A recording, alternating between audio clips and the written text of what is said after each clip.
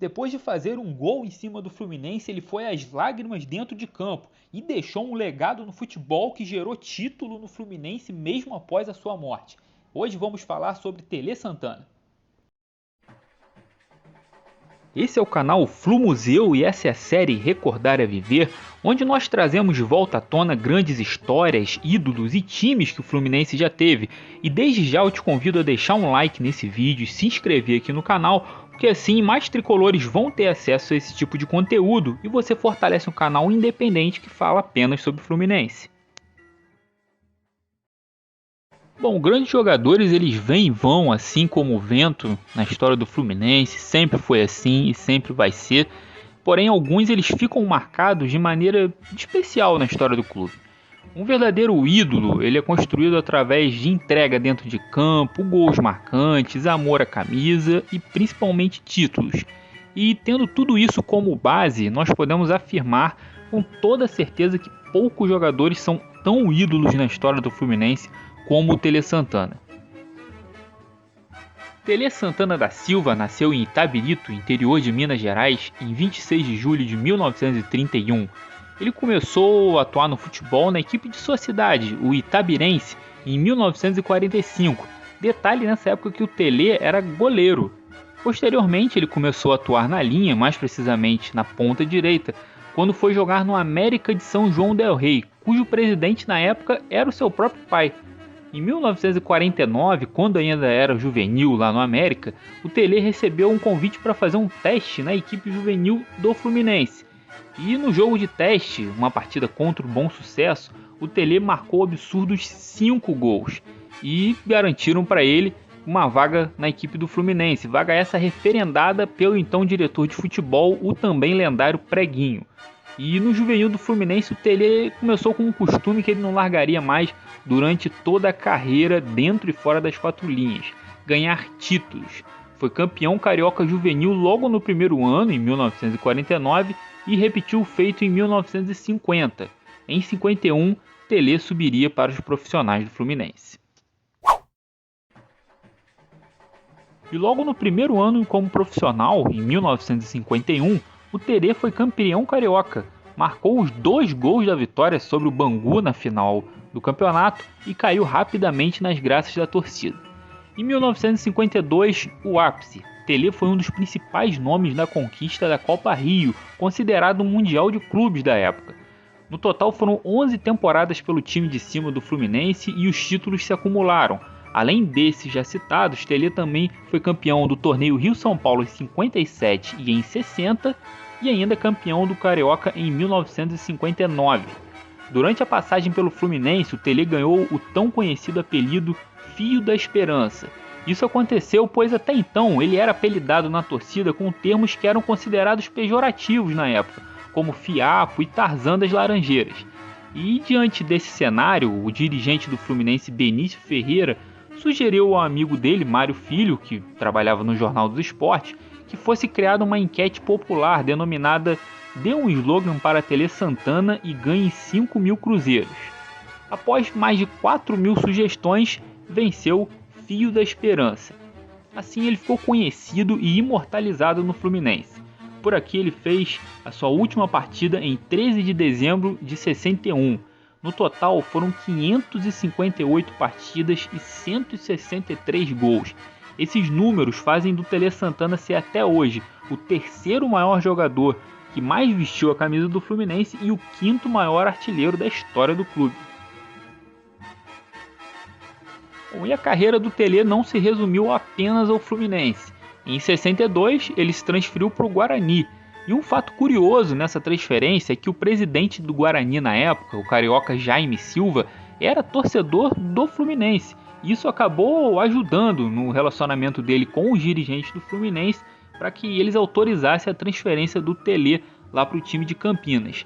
Ele ficou lá no Guarani até meados de 62, quando foi para o Madureira, e jogando pelo tricolor suburbano, o Tele passou por um dos momentos mais marcantes na carreira dele, quando numa vitória do Fluminense de 5-1 sobre o Madureira, ele marcou o gol de honra da sua equipe e foi aplaudido de pé pela torcida do Fluminense presente no Maracanã. Na saída de campo, o Telê não segurou a emoção e foi às lágrimas após fazer um gol no seu time de coração. Ainda no ano de 62, o Telê foi para o Vasco, onde encerrou a carreira no ano de 63.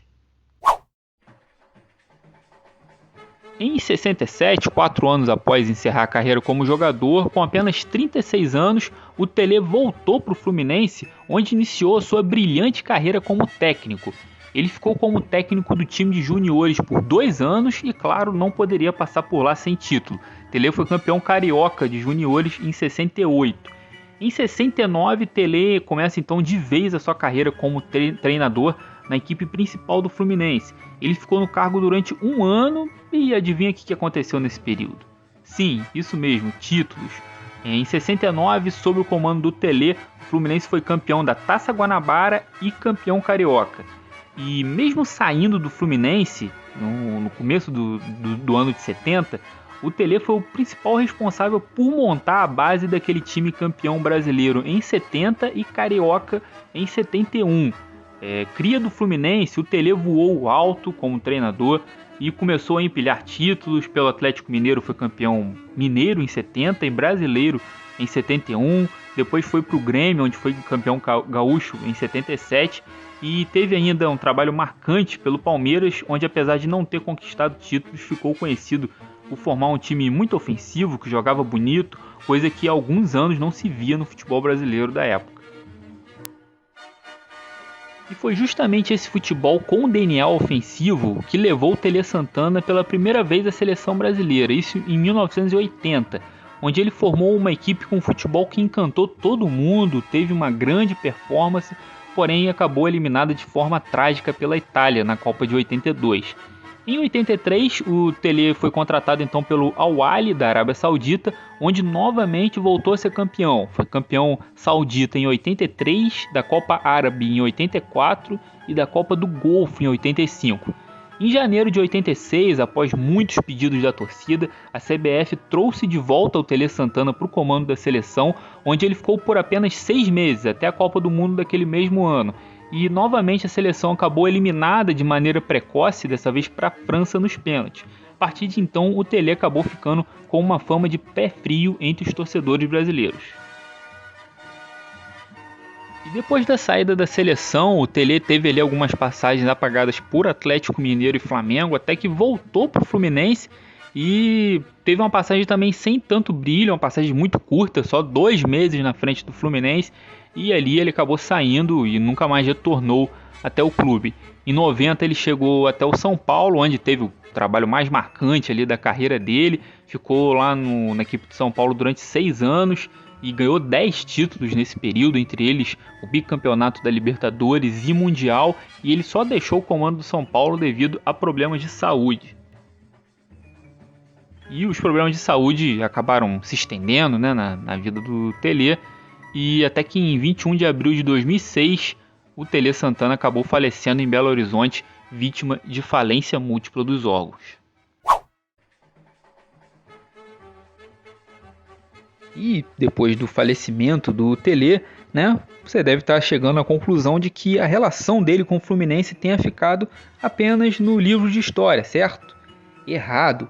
Afinal, se a gente voltar um pouco lá na passagem do Telê pelo São Paulo, o auxiliar técnico dele era o Muricy Ramalho. Muricy foi um grande aprendiz do Telê Santana e foi justamente o aprendiz do Telê Santana que foi responsável por conduzir o Fluminense ao título brasileiro de 2010, pondo fim ao jejum de 26 anos. O Muricy, inclusive, revelou que na noite anterior do jogo do título do Fluminense contra o Guarani, ele teve um sonho com o Telê e o viu muito sorridente, como poucas vezes eu havia visto durante os anos de convivência.